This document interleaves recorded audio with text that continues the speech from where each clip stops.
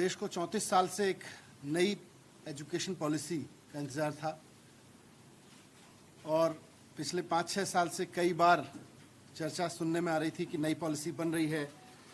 उसके कुछ rough drafts भी बीच में आए, फिर एक फाइनल ड्राफ्ट दिल्ली सरकार को भी मिला था, उस पर भी हमने अपनी टिप्पणियां दी थीं और उस सब के बाद एक पॉलिसी सामने आई है।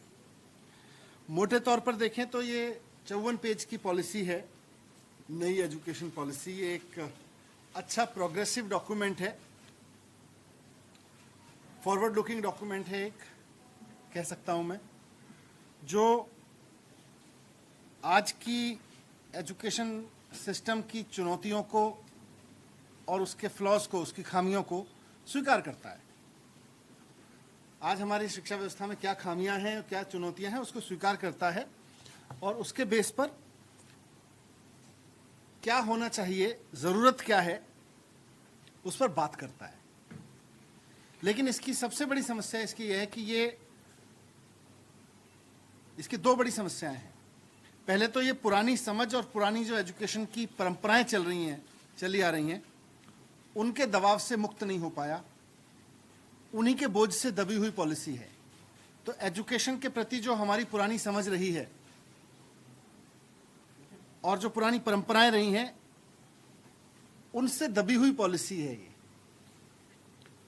दूसरा, जिन सुधारों की इसमें बात की गई है, जिन जरूरतों की इसमें बात की गई है, उनको कैसे हासिल किया जाएगा, इस पर पॉलिसी या तो चुप है या भ्रमित है। पॉलिसी उस पर या तो कुछ नहीं कह रही है या कह रही है तो ऐसा कह रही है जिससे समझ में आ रहा है कि कुछ समझ में नहीं आया पॉलिसी मेकर्स को। सो इन नटशेल अगर मैं कहूं तो basic principles are good, but implementation कैसे होगा इस पे पॉलिसी चुप है। भविष्य की जरूरतों को अच्छे से रखती है, लेकिन आज की व्यवस्था को भविष्य की जरूरतों तक लेकर कैसे जाएंगे, इस पर पॉलिसी चुप है। तो मैं पहले कुछ ऐसी चीजें रख रहा हूं इस पॉलिसी की जो मेरी राय में अच्छी हैं और होनी चाहिए। सबसे पहली और सबसे इंपॉर्टेंट चीज जो इस पॉलिसी के, कल खबर भी मिली मुझे जब आप लोगों ने न्यूज़ देनी शुरू की और मैंने भी इसको पढ़ा, इसमें डिसीजन लिया गया है कि एचआरडी मिनिस्ट्री का नाम बदलकर एजुकेशन मिनिस्ट्री कर दिया जाएगा। ये अच्छी बात है, ये बहुत अच्छी बात है और मैं पिछले 5-6 साल में कम से कम 100 मरतबा इस बात को कह चुका हूं कि शिक्षा देने का काम मानव संसाधन विकास का काम नहीं है। मानव संसाधन केवल टूल विकसित करने का काम है, शिक्षा एक अलग काम है और शिक्षा का काम हम शिक्षा के रूप में करें, मानव संसाधन उसका एक हिस्सा है। तो अच्छी बात है कि हम शिक्षा पे बात कर रहे हैं और शिक्षा मंत्रालय हमारे देश में होगा, ये अच्छी बात है। लेकिन मैंने जब ये बातें कही थी कि मानव संसाधन विकास मंत्रालय से हमें शिक्षा का काम नहीं लेना चाहिए, शिक्षा मंत्रालय से मानव संसाधन का थोड़ा सा काम लेना चाहिए और बाकी शिक्षा के काम करने चाहिए, तो उस वक्त ये भी कहा था नाम बदलने से कुछ नहीं होगा, उसकी पूरी तासीर बदलनी पड़ेगी डिपार्टमेंट की, खाली नाम बदलने से कुछ नहीं होने वाला है। लेकिन इस पॉलिसी में तो दिख रहा है नाम ही बदल रहा है, काम हम अभी भी संसाधन विकास का ही करेंगे। पर फिर भी कुछ अच्छी चीज इसमें है, जैसे अर्ली चाइल्डहुड एजुकेशन को इसमें पहली बार मेन फ्रेम में लाने की बात कही गई है।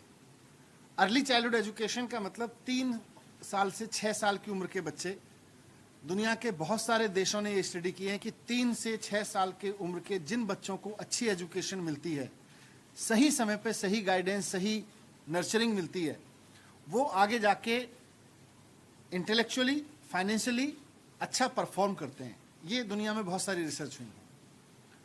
तो अच्छी बात है कि इन्होंने इस बात को माना है कि अर्ली चाइल्डहुड को फॉर्मल एजुकेशन का हिस्सा माना जाएगा और उसमें कम्युनिटी एंगेजमेंट किया जाएगा, ये भी अच्छी बात है। दूसरी अच्छी बात इसमें यह है कि मिड डे मील के साथ साथ इसमें जिक्र किया गया है कि बच्चों को ब्रेकफास्ट भी दिया जाना चाहिए, अच्छी बात है। एक कोर्स, हर एक बच्चे को आगे एजुकेशन में कोर्स चॉइस के लिए ऑप्शंस खोले गए हैं। फिजिक्स के साथ साथ बच्चा म्यूजिक भी ले सकता है, फिजिकल एजुकेशन भी ले सकता है, म्यूजिक लेने वाला बच्चा मैथमेटिक्स ले सकता है, ये कोर्स ऑप्शंस खोले गए हैं, ये एक अच्छी प्रोग्रेसिव बात है। बीएड को, हाँ, फाउंडेशन ईयर में जो पढ़ाई है, मतलब नर्सरी, केजी, पहली, दूसरी, तीसरी तक के जो क्लास की पढ़ाई है, उसको फाउंडेशन ईयर बोलेंगे, ये मदर टंग में कराई जाएगी, ये भी अच्छी बात है। इससे बच्चे की जो वो उम्र है वो बौद्धिक विकास पे ज़्यादा है, उसकी ऊर्जा खर्च होगी बच्चे की, और ये अच्छा प्रोग्रेसिव स्टेप होगा। बीएड को 4 साल का है किया जा रहा है, और जो और ग्रेजुएशन वाले बच्चे हैं उनको भी ऑप्शंस दिए जाएंगे 2 साल के 1 साल के बीएड करने के, वो भी अच्छी बात है। कुछ रेगुलेटरी एजेंसी राष्ट्रीय शिक्षा आयोग बनाने की बात की गई है। इस पर ये प्रयास अच्छे हैं, लेकिन इस पे इसके फॉर्मेशन पे कंसर्न्स है मेरे, जो मैं आगे रखूंगा। कुछ और अच्छी बातें की गई हैं कि इंक्लूसिव एजुकेशन लानी है, इजी टू अंडरस्टैंड परीक्षाएं होनी चाहिए, प्रैक्टिकल अप्रोच होनी चाहिए। ये सारी गुडी बातें हम एजुकेशन के बारे में पहले भी करते रहे हैं, कोई नई नहीं है, लेकिन एजुकेशन पॉलिसी में इनको लाना अच्छी बात है और इस पर फिर चर्चा हो सकती है। अब मैं एक एक करके इसके कुछ क्रिटिकल पॉइंट्स की ओर आपका ध्यान दिलाना चाहता हूं, जिसकी वजह से मैंने कहा कि इसमें 2 खामियां हैं। पहली खामी यह है कि ये अपने पुरानी समझ और पुरानी परंपराओं के बोझ से दबी हुई पॉलिसी है, उससे मुक्त नहीं हो पाई है। और दूसरा, जो भविष्य की ज़रूरतों की बात की करती है ये पॉलिसी, उन तक पहुंचाएगी कैसे शिक्षा व्यवस्था को, उसके बारे में गोलमोल है, चुप है या भ्रमित है। सबसे पहला पॉइंट है मेरा, मैं कहूँगा कि ये policy highly regulated poorly funded education model देती है। Highly regulated poorly funded. Highly regulated कैसे है? ये पॉलिसी कहती है कि साहब एक एजुकेशन डिपार्टमेंट होगा जो पॉलिसी मेकिंग का काम करेगा, दूसरा डायरेक्टरेट ऑफ एजुकेशन होगा जो सरकारी स्कूल की ऑपरेशंस देखेगा, तीसरा अलग से स्कूल की रेगुलेटरी अथॉरिटी होगी जो गवर्नमेंट स्कूल प्राइवेट स्कूल्स को रेगुलेट किया करेगी, चौथा शिक्षा आयोग होगा राज्यों का केंद्र का, उसका अपना एक अलग निदेशालय होगा, पांचवा एससीईआरटी अलग होगा, एससीईआरटी एनसीईआरटी होंगे, फिर शिक्षा का बोर्ड होगा। तो एजुकेशन डिपार्टमेंट अलग, डायरेक्टरेट ऑफ एजुकेशन अलग, रेगुलेटरी अथॉरिटी अलग, शिक्षा आयोग अलग। ये सारे ऐसा घचमच करेंगे, ये सारी एजेंसियां आपस में टकराती रहेंगी। एससीईआरटी का फिर भी काम अलग है, मैंडेट है। बोर्ड का भी हम कह सकते हैं काम एकदम परीक्षा लेना क्या है, उस पर अलग दृष्टिकोण है। पर पॉलिसी मेकिंग, गवर्नमेंट स्कूल चलाना, रेगुलेटरी अथॉरिटी, फिर शिक्षा आयोग, सलाह देना, फिर और उसका भी अपना डायरेक्टरेट होगा फुल फ्लेजेड। ये सारी एजेंसियां आपस में टकराती रहेंगी, ये लड़ती रहेंगी, इनसे एजुकेशन क्या निकल के आएगी। इसीलिए मैंने कहा हाईली रेगुलेटेड है और पुअरली फंडेड कहा मैंने पहले पॉइंट में ही। शिक्षा नीति कहती है, राष्ट्रीय शिक्षा नीति जो पेश की गई है, कल अप्रूव की गई है, कि साहब 6% जीडीपी का हमें एजुकेशन बजट पे देना चाहिए। और ये बात आज नहीं की गई, 1966 से कोठारी कमीशन के समय से इस देश में ये बात की जाती रही है कि साहब 6% जो है जीडीपी का वो हमें एजुकेशन पे खर्च करना चाहिए। आज शिक्षा नीति फिर से वही बात दोहरा रही है। पर ये होगा कैसे? 1966 से लेके आज तक हम अपने शिक्षा बजट को जीडीपी के 6% के नजदीक नहीं ला पाए। अब कैसे ले आएंगे? इस पर एजुकेशन पॉलिसी कोई पॉलिसी नहीं बताती। तो 66 में भी वही बात कर रहे थे, 2020 में भी यही बात कर रहे हैं। पॉलिसी कहती है कि 10% एजुकेशन पे अभी खर्च हो रहा है, इसको हम 20% लेके जाएंगे अगले 10 साल में। कैसे लेके जाओगे भाई? केवल पॉलिसी बना के? अगर कानून नहीं बनाओगे तो कैसे लेके जाओगे? अगर इस बारे में रूल्स नहीं बनेंगे, कानून नहीं बनेंगे। मैंने पहले भी जब ये बात कही थी, कहा था कि 6% ऑफ जीडीपी एजुकेशन पे खर्च किया जाएगा। केंद्र सरकार और राज्य सरकार द्वारा इस बात का कानून बनाना पड़ेगा। जब तक कानून नहीं बनाएंगे, कोई राज्य सरकार, कोई केंद्र सरकार, कोई इक्का दुक्का कर ले, राष्ट्रीय स्तर पे तो कोई नहीं होने वाला। कैसे होएगा? कौन 6% पे लेके जाएगा? तो देश भर के लिए एक कानून की जरूरत है, लेकिन वो उसकी बात नहीं करती। बस ये पॉलिसी में कहती है साहब 1966 से पॉलिसी चली आ रही है, आज तक तो 4% भी नहीं हुआ, 5% भी नहीं हुआ, 3% पे खड़े हैं हम। तो अब कैसे जाएंगे? इस पे पॉलिसी चुप है। दूसरा, पॉलिसी में फंडिंग को लेके सीधी बात नहीं आती कहीं भी। पॉलिसी एक जगह कहती है कि नर्सरी से 12वीं तक, अभी जो आरटीआई में पहली से 8वीं तक की एजुकेशन फ्री है, कंपलसरी फ्री एजुकेशन है, उसको कहती है नर्सरी से 12वीं तक फ्री कंपलसरी एजुकेशन होनी चाहिए। पर पॉलिसी कहती है कैसे होगी, इसको आगे जाके एग्जामिन करेंगे।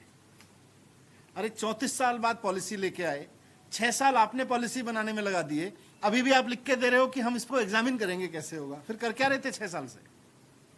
अगर आप यही नहीं बता पाए कि 6 साल बाद या 34 साल बाद सरकार मिला के, तो भारतीय जनता पार्टी की पूरी लीडरशिप कर क्या रही थी इस पे? तो ये एजुकेशन की एक बड़ी समस्या है फंडिंग, और उस फंडिंग के बारे में कोई सॉल्यूशन ये पॉलिसी नहीं दे रही है। आज एजुकेशन फंडिंग की कमी का रोना रो रही है, तो ये एक बड़ा प्रॉब्लम है। इसलिए मैंने इसको कहा कि हाईली रेगुलेटेड, पुअरली फंडेड है। कई सारे आयोग, कमेटी, फलाना ढिमका, और उसके बाद में कुछ नहीं। अब कुछ और प्रस्ताव है, जैसे मैंने कहा अर्ली चाइल्डहुड केयर अच्छा है, 3 से 6 साल तक मेन फ्रेम में लाना, लेकिन इसमें भी प्रॉब्लम यह है कि ये 2 मॉडल दे रहा है जो अभी एग्जिस्टिंग है। एक मॉडल है आंगनवाड़ी का मॉडल, वहां भी अर्ली चाइल्डहुड केयर की जाएगी।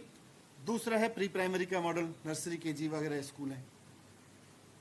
कहने को तो कहती है पॉलिसी की साहब समान एजुकेशन दी जाएगी, लेकिन मुझे ये बताइए कि एक बच्चा आंगनवाड़ी में जा रहा है और एक डीपीएस के प्री प्राइमरी में जा रहा है, दोनों को समान एजुकेशन कैसे मिल जाएगी? समान एजुकेशन मिल ही नहीं सकती। एक को आंगनवाड़ी वर्कर पढ़ा रही है, एक को बहुत क्वालिफाइड प्री क्वालिफाइड टीचर पढ़ा रही है, तो दोनों जाने वाले बच्चों को एक स्तर की एजुकेशन की बात तो कर रही है, पर मॉडल में ही फेल है। एक आंगनवाड़ी का मॉडल है, एक प्री प्राइमरी का मॉडल है, और इसमें टीचर्स की कमी को पॉलिसी कहती है साहब इसमें टीचर एंगेजमेंट जो है कम्युनिटी एंगेजमेंट पे कर लेंगे। तो आज सरकारी स्कूलों में, मैं दिल्ली की भी बात कर सकता हूं और देश भर में हम जानते हैं, सरकारी स्कूलों में पढ़ने वाले बच्चे जिस कम्युनिटी से आते हैं उसमें बहुत बड़े बच्चे, बहुत बड़ी संख्या में बच्चे फर्स्ट जनरेशन लर्नर हैं। जब फर्स्ट जनरेशन लर्नर्स हैं तो उस कम्युनिटी में ऐसे लोग कहाँ से आएंगे जो स्कूल में आके वॉलंटरी करके पढ़ा लेंगे?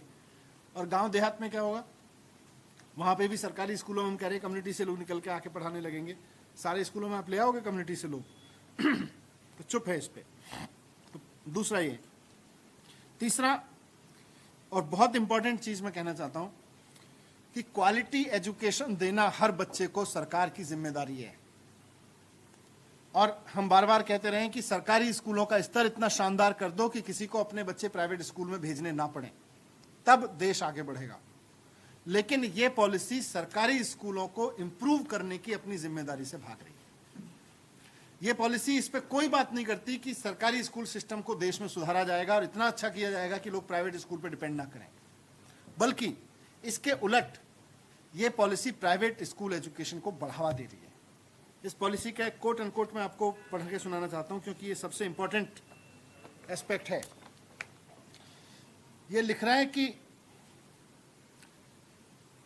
Private philanthropic efforts for quality education will be encouraged. ये फिलैंथ्रोपिक एजुकेशन आज सारे कोई कंपनी नहीं चलाती हमारे देश में, इसको समझने की जरूरत है इस लाइन को।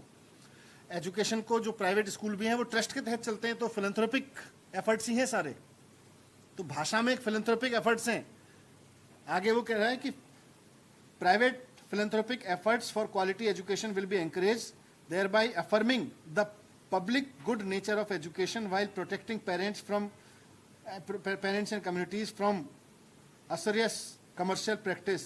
मतलब कमर्शलाइजेशन नहीं होने देंगे। ये बात तो हम पहले से भी कह रहे हैं कि साहब ट्रस्ट स्कूल चलाया करेंगी प्राइवेट स्कूल, और जो प्राइवेट स्कूल होंगे वो ट्रस्ट चलाया करेंगे, नॉन प्रॉफिट एजेंसीज होंगी, वो प्रॉफिट नहीं कमा सकेंगे। उसके बावजूद एजुकेशन का कमर्शलाइजेशन इतना हो गया उसी फिलैंथ्रोपिक मोड में कि आज देश के सुप्रीम कोर्ट को भी कहना पड़ा कि ये टीचिंग शॉप्स बनते जा रहे हैं हमारे स्कूल्स। वैसे में अगर हम अपनी पॉलिसी में ये रखेंगे private philanthropic efforts for quality education will be encouraged, मतलब आप प्राइवेट स्कूल एजुकेशन को एनकरेज करने की पॉलिसी लेके आए हो 34 साल बाद, और एक ऐसे समय में जब लोगों के जॉब्स जा रहे हैं। सारी दुनिया में जो भी प्रोग्रेसिव कंट्रीज हैं उनके मॉडल हमारे सामने है कि वहां सारे का सारा स्कूल सिस्टम सरकारी स्कूल सिस्टम पे खड़ा हुआ है। कुछ लोग प्राइवेट स्कूलों में अपने बच्चे को भेजते हैं मनमर्जी से, लेकिन हर बच्चे को सरकारी स्कूलों में क्वालिटी एजुकेशन मिलती है। आप उस जिम्मेदारी से भाग के क्वालिटी एजुकेशन के लिए प्राइवेट स्कूल पे लोगों को छोड़ना चाहते हो। ये इस एजुकेशन पॉलिसी का मुझे लगता है सबसे बड़ा फ्लॉ है, जो इस पे इन्होंने काम नहीं किया। 5वां पॉइंट मेरा है कि ये कहते हैं कि बीएड हम 4 साल का करेंगे, अच्छी बात है, इसका मतलब यह है कि आप फ्यूचर टीचर्स को क्वालिटी पे लाना चाहते हो। हम भी इसकी वकालत करते रहे हैं। मैंने भी भारत सरकार के साथ एजुकेशन की मीटिंग्स में इसकी मांग की है कि भाई जब आप डॉक्टर बनाने के लिए 6 साल की पढ़ाई करते हो, इंजीनियर बनाने के लिए 4 साल की पढ़ाई करते हो, एक छोटा सा मोबाइल का सॉफ्टवेयर बनाने वाला आदमी आप इंश्योर करते हो कि वो 4 साल कम से कम पढ़ के आएगा तब मोबाइल का सॉफ्टवेयर बना पाएगा, आप इंश्योर करते हो। तो टीचिंग के लिए, टीचर बनाने के लिए आप 4 साल की पढ़ाई करो, ये हम भी मांग करते रहे हैं। लेकिन ये फ्यूचर टीचर के लिए प्रोग्राम है, इस पर ये पॉलिसी अच्छे प्रस्ताव देती है। लेकिन आज देश के 30 करोड़ बच्चे 80 लाख टीचर्स के जरिए पढ़ रहे हैं आज हमारे स्कूलों में। उन 80 लाख टीचर्स को इस पॉलिसी में अच्छी लिखी बातों, अच्छी विशफुल थिंकिंग्स को इंप्लीमेंट करने में कैसे लगाओगे, इस पॉलिसी में उसका कोई प्रोग्राम नहीं। 80 लाख टीचर्स आज आपकी इन पॉलिसी की अच्छी बातों को इंप्लीमेंट करने की जिम्मेदारी उनके सर पे है। और मैं इसलिए कह रहा हूं क्योंकि 2011 में, 2009 में हमारे देश में एक प्रयोग हुआ राइट टू एजुकेशन ला के। उसमें लिखा गया कि किसी भी बच्चे को फेल नहीं किया जाएगा और कंटिन्यूअस कॉम्प्रिहेंसिव इवैल्यूएशन किया जाएगा, यानी कि पढ़ाई के साथ साथ उसका इवैल्यूएशन होता रहेगा और फिर किसी बच्चे को फेल नहीं किया जाएगा। 2 इंपॉर्टेंट चीजें थी उसमें, बहुत प्रोग्रेसिव सोच के साथ की गई थी, लेकिन यही गलती वहां भी की गई थी।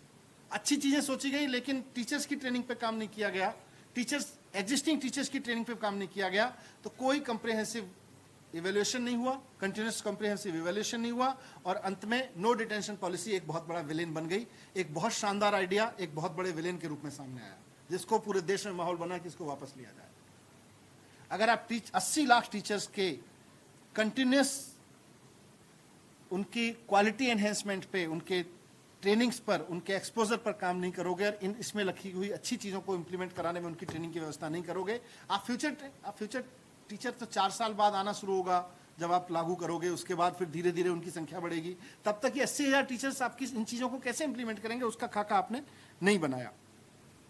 इसीलिए मैंने कहा कि या तो पॉलिसी चुप है या भ्रमित है।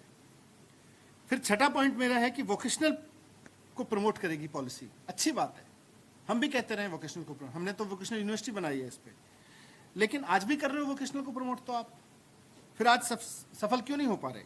सफल इसलिए नहीं हो पा रहे क्योंकि वोकेशनल के सब्जेक्ट्स को आपने हायर एजुकेशन में सम्मान नहीं दिया। आज दिल्ली यूनिवर्सिटी के एडमिशन में वोकेशनल स्कूल में वोकेशनल सब्जेक्ट लेने वाले बच्चों का सब्जेक्ट कोई काउंटिंग नहीं है। स्कूलों में वोकेशनल सब्जेक्ट लेने वाला बच्चे को डीयू में कोई एडमिशन नहीं मिलता वोकेशनल सब्जेक्ट के आधार पर। फिर बच्चा क्यों वोकेशनल करेगा? तो मतलब वोकेशनल एजुकेशन को सम्मानित कैसे बनाओगे, बच्चे का आगे का एडमिशन का चेन कैसे खुलेगा, इस बारे में पूरी की पूरी पॉलिसी एकदम साइलेंट है कि वोकेशनल की आगे एडमिशन की चेन कैसे खुलेगी, जो एडमिशन का बड़ा बैरियर है उसको कैसे, उस रोड ब्लॉक को कैसे दूर करेगी, उस पर पॉलिसी कोई बात नहीं कहती। 7वां पॉइंट है बोर्ड एग्जाम। पॉलिसी कहती है कि बोर्ड एग्जाम को इजी किया जाएगा और बच्चों को 2 बार ऑप्शन दिए जाएंगे। मुझे नहीं पता ये पॉलिसी मेकर्स को किसने समझाया कि बोर्ड एग्जाम को इजी करने की जरूरत है। एक्चुअली बोर्ड एग्जाम को वो इवेल्युएट करने की जरूरत है जो पढ़ाया जाना है। पेपर कड़ा होगा कि हल्का होगा, इस पे चर्चा पे आ गए, जबकि होना यह चाहिए था कि रटने की क्षमता की जगह समझने की क्षमता का मूल्यांकन करने की बात करते हैं। आज सारी की सारी परीक्षा प्रणाली रटने की क्षमता का मूल्यांकन करने पे लगी हुई है, बोर्ड भी उसी पे लगे हुए हैं। तो बोर्ड को रटने की क्षमता की जगह समझने की क्षमता का मूल्यांकन करने वाला बोर्ड कैसे बनाया जाएगा? अगर आप इस पे बात करते तो आप इजी और हार्ड का सवाल ही खत्म हो जाता। पर इसीलिए मैंने कहा था कि वो पुरानी परंपराओं और एजुकेशन की पुरानी समझ के बोझ से ग्रसित हो गई है पॉलिसी, क्योंकि पहले भी माना जाता था बोर्ड एग्जाम बहुत इंपॉर्टेंट है, साल के अंत में 3 घंटे का एक बोर्ड एग्जाम तय करेगा बच्चे ने कैसे पढ़ाई की। आज भी आप वही कह रहे हो, आप कह रहे हो उसको पेपर को थोड़ा इजी कर देंगे, बच्चा फेल हो गया दोबारा ऑप्शन दे देंगे। अरे बच्चा वो मांग रहा है, समाज वो मांग रहा है। आज दुनिया में एजुकेशन कैसे दी जा रही है सोचा तो होता। उस पर पॉलिसी पूरी तरह से फेल है, मैं गोल भी नहीं कहूंगा, फेल है। इजी करने का कोई मतलब नहीं है। दुनिया भर में आज कंटिन्यूस इवैल्यूएशन हो रहा है, बोर्ड एग्जाम का कोई मतलब नहीं रह गया, बोर्ड्स खत्म हो चुके हैं, लेकिन हम अभी भी बोर्ड एग्जाम पर अटके हुए हैं। ये एक बहुत बड़ा फ्लो है। 8वां पॉइंट मेरा यह है कि पॉलिसी कहती है नेशनल टेस्टिंग एजेंसी बनाई जाएगी, मतलब एनटीए। ये इसको ऐसे समझिए कि दूसरे देशों में एसएटी वगैरह एग्जाम होते हैं, सेट वगैरह के एग्जाम होते हैं। तो अच्छी बात है, नेशनल टेस्टिंग एजेंसी बनाओगे। अब एक बच्चा जो 12वीं करके आ रहा है, आप उसकी परीक्षा, वो कह रहे हैं फिर मल्टीपल एग्जाम नहीं होंगे, बहुत सारी यूनिवर्सिटीज के एंट्रेंस एग्जाम नहीं होंगे, अच्छी बात है। तो जब आप हायर एजुकेशन में एंट्रेंस के लिए नेशनल टेस्ट ले ही रहे हो, तो फिर बोर्ड किस लिए ले रहे हो? ये तो डुप्लीकेशन है। पर बोर्ड का एग्जाम किस लिए? बोर्ड का एग्जाम खत्म कर दो।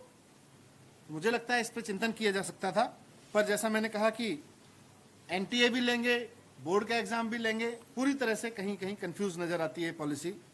9वां पॉइंट मेरा हायर एजुकेशन के बारे में है। हालांकि हायर एजुकेशन को मैं और स्टडी करूंगा, जरूरत पड़ी तो फिर से आपके सामने आऊंगा हायर एजुकेशन के पॉइंट्स को लेके, पर फिर भी एक प्राइमा फेसी अध्ययन मैंने किया है, हमारी टीम ने किया है। हायर एजुकेशन में सबसे ज्यादा जोर दिया गया है कि साहब multidisciplinary higher education institutes बनाएंगे, MDHEI, multidisciplinary higher education institutes. और ये कह रहे हैं कि अगले 15-20 साल में देश के सारे स्कूल, सारे कॉलेजेस, सारे यूनिवर्सिटीज को मल्टी डिसिप्लिनरी बना देंगे। आज का मॉडल क्या है ये समझ लीजिए।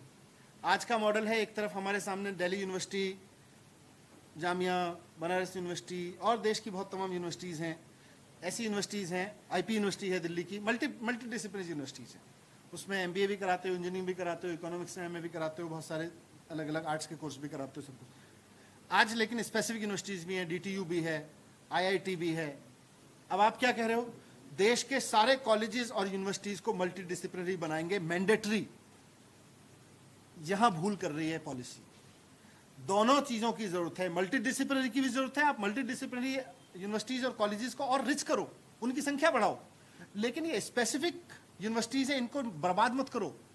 आप कह रहे हो कि IITs में तो हम एक्टिंग भी सिखाएंगे और FTII में इंजीनियर भी पैदा करेंगे, ये कैसे होगा? फिल्म ट्रेनिंग इंस्टीट्यूट एक्टर्स देता रहा है देश को, IIT देश के इंजीनियर्स देता रहा है। आप कह रहे हो सबको मल्टी डिसिप्लिनरी बना देंगे, तो IIT में एक्टिंग सीखा करेंगे लोग आके, और FTII में जाके लोग इंजीनियरिंग सीखा करेंगे।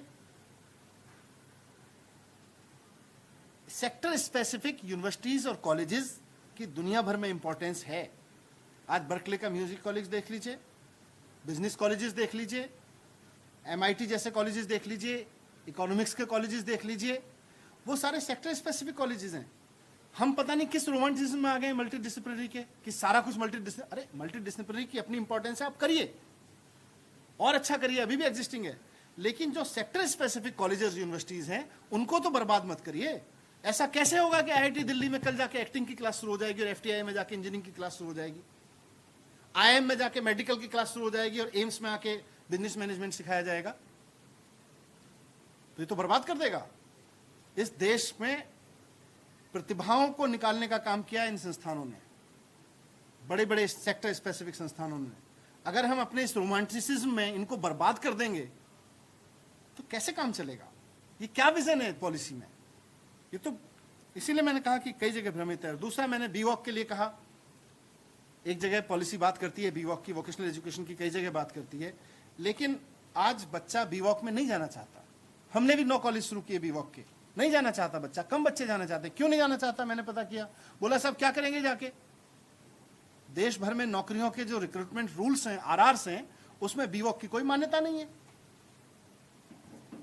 आज एक BVOC करने वाला बच्चा IAS का नहीं बन सकता। आप कहने को तो कहते हो बैचलर ऑफ वोकेशनल, प्रधानमंत्री जी स्किल इंडिया और वोकेशनल की बात करते हैं, पॉलिसी कहती है साहब BVOC को बढ़ाएंगे, हम वोकेशनल को बढ़ाएंगे। लेकिन अगर एक BVOC करने वाला बच्चा, वोकेशनल में बैचलर की डिग्री लेने वाला बच्चा, अगर आप उसको कहोगे नहीं जी तुम बैचलर तो हो, पर वो वाले नहीं हो जिसको हम IAS बना सकते हैं, वो वाले नहीं हो जिसको हम UPSC एग्जाम दिला सकते हैं, फिर काहे को बढ़ावा दे रहे हो यार? किसको आप भ्रमित करने की कोशिश कर रहे हो?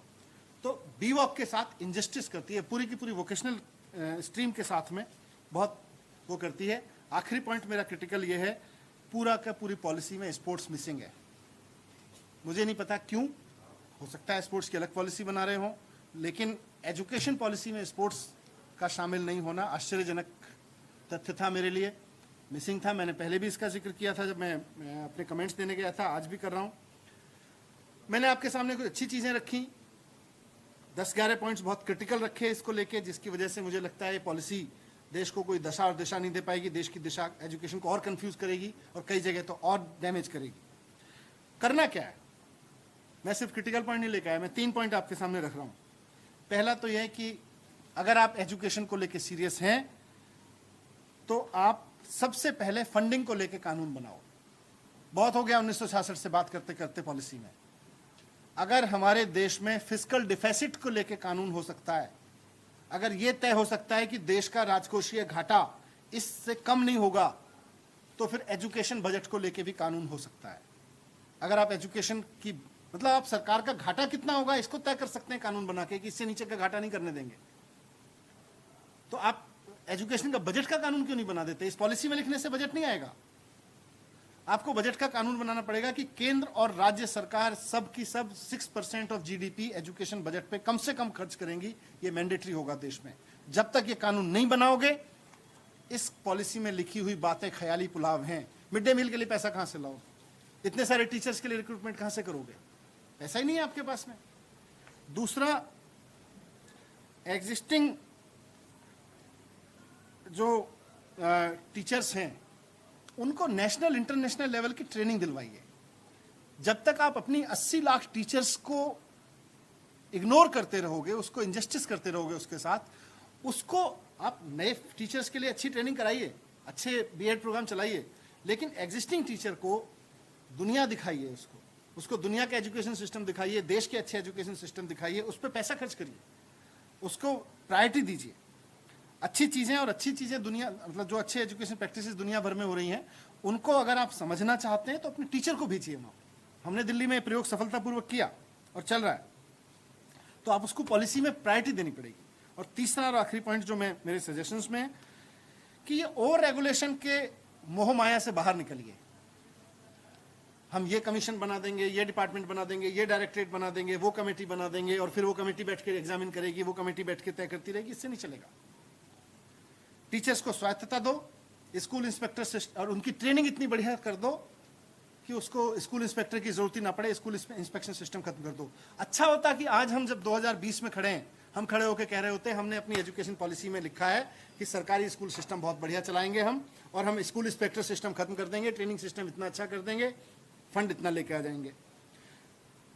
प्रोफेशनल्स को जगह दो एजुकेशन सिस्टम में और उनको पैरेलल सिस्टम्स में मत खड़ा करो। एक आयोग बन जाएगा, एक ये बन जाएगा, तो ये मतलब फंड्स सुनिश्चित करो, टीचर्स की शानदार ट्रेनिंग सुनिश्चित करो और ओवर रेगुलेशन खत्म करो। ये इस पॉलिसी में होने चाहिए थे, वो तीनों नहीं है। अभी भी वक्त है।